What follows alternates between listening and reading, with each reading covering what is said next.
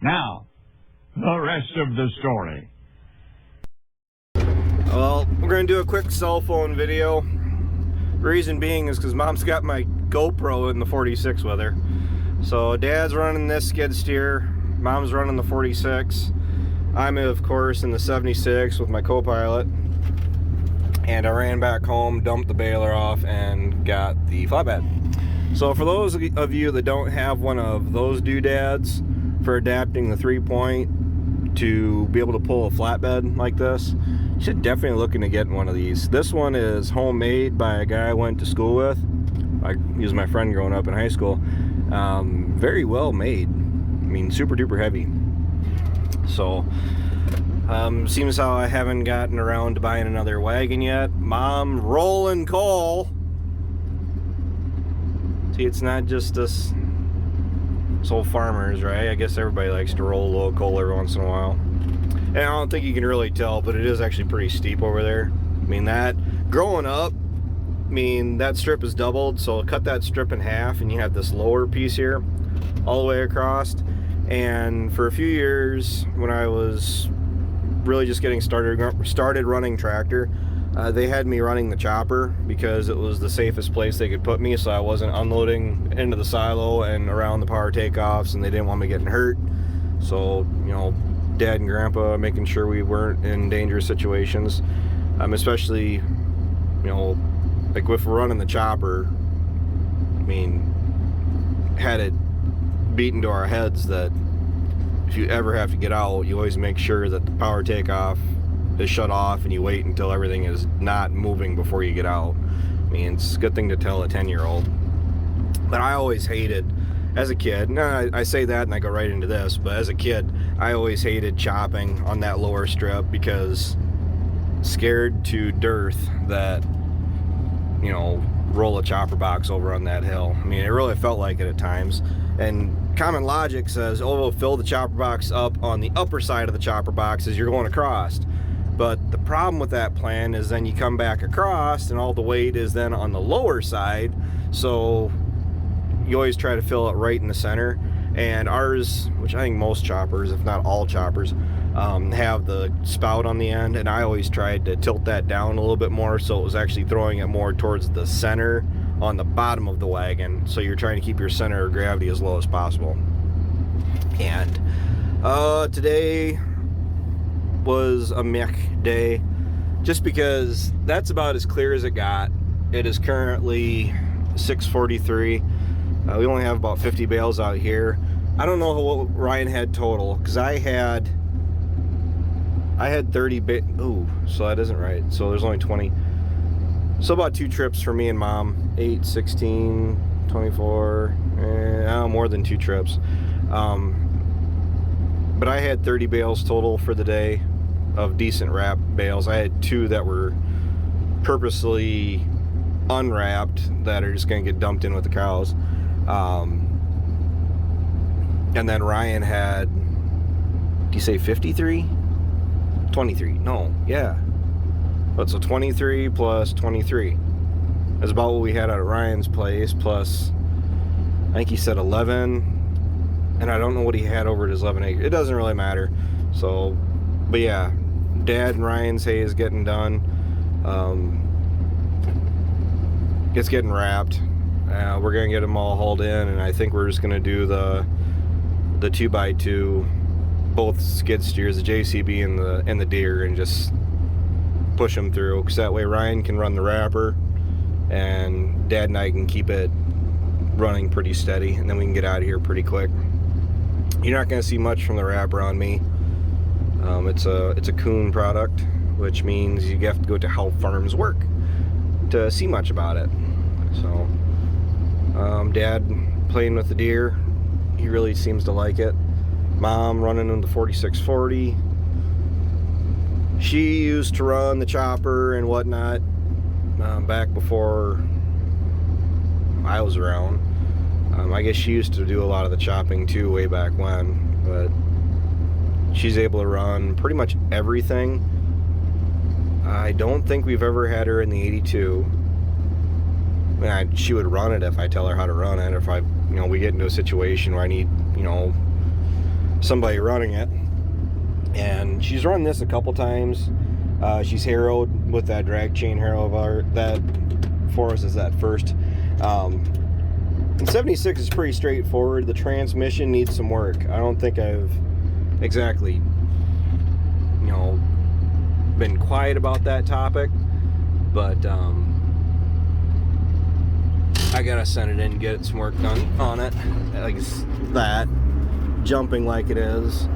And I think there's a hydraulic cylinder, at least that's what I was told by a mechanic, is there's a small hydraulic cylinder for engaging off the clutch, because the clutch is getting to the point where I have to have it pretty much, if you push the clutch in, the tractor will stop, but if you let it out, it's pretty much 99.98% out before it engages.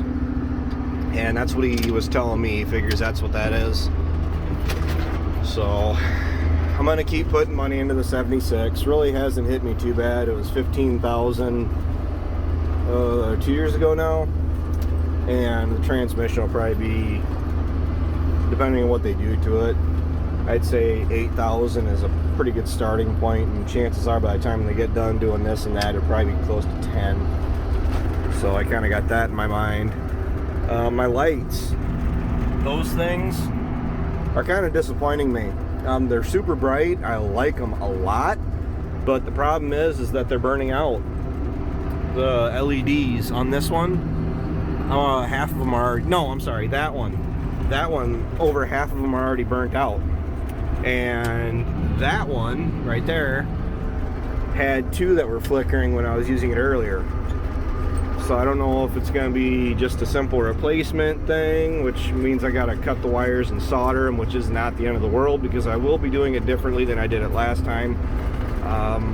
Or it's going to be something where I may have to look into replacing all of the lights again and going to something maybe more reliable. I mean, I really hate to say that. Oh, and vroom vroom.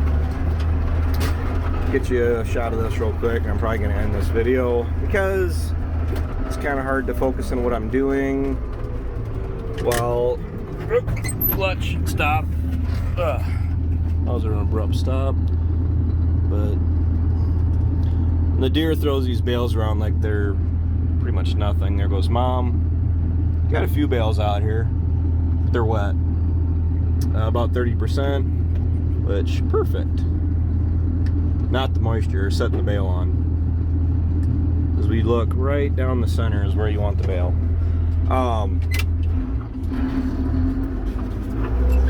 As far as the weather here, it just downright sucks. I'm pretty much to the point, mentally prepared myself that to get the valley made, I'm probably going to be looking at tedding it 2 or 3 times. Yeah, that's right, I said 3 times. The idea of that is absolutely terrible. But even for this stuff, granted, it was wet or damp. It wasn't wet, it was damp. And it had, you know, the wet areas in it as you're going across the field, which, you know, is what it is. If I go through and ted it and shake it out and keep stirring it up, like my buddy says, floofing it up so that air can get through it, so it's not just sitting in that daily morning dew for half the day, and try to get it aired out.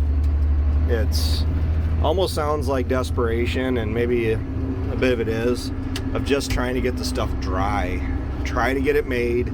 Wrapping it is not an option, and losing third cutting off that down there would be a stiff kick to the shorts, because I put a fair amount of money out to get that stuff to grow back, to keep it clean, to keep the wood or the weeds out of it, keep the bugs out of it, and well, it's just farming in general. Inputs really,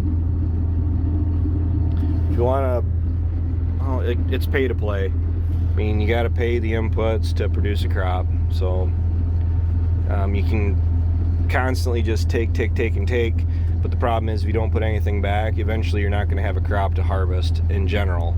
And the valley, I've really gotten built back up where it's able to produce the 3 cuttings like it is, which I never really thought it was able to, just not that long ago.